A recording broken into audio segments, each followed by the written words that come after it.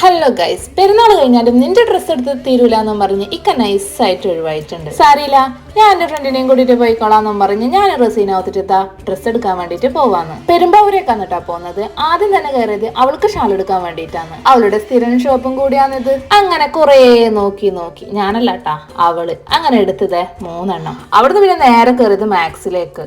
സംഭവം എനിക്ക് ഇവിടുന്ന് ഒരു ജീൻസ് എടുക്കാന്ന് വിചാരിച്ചിട്ടാ കേറിയത്. എന്ത് കാര്യത്തിന് എനിക്ക് ഇവിടുന്ന് ഒരു ജീൻസും കിട്ടിയില്ല.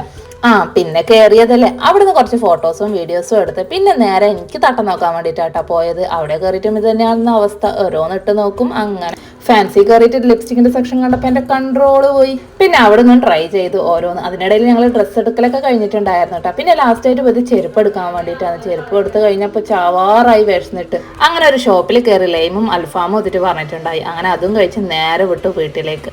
അപ്പം നിങ്ങൾക്ക് നമ്മുടെ ഷോപ്പിംഗ് ഇഷ്ടപ്പെട്ടെന്ന് വിചാരിക്കുന്നു. അപ്പോൾ ഓക്കെ, ബൈ.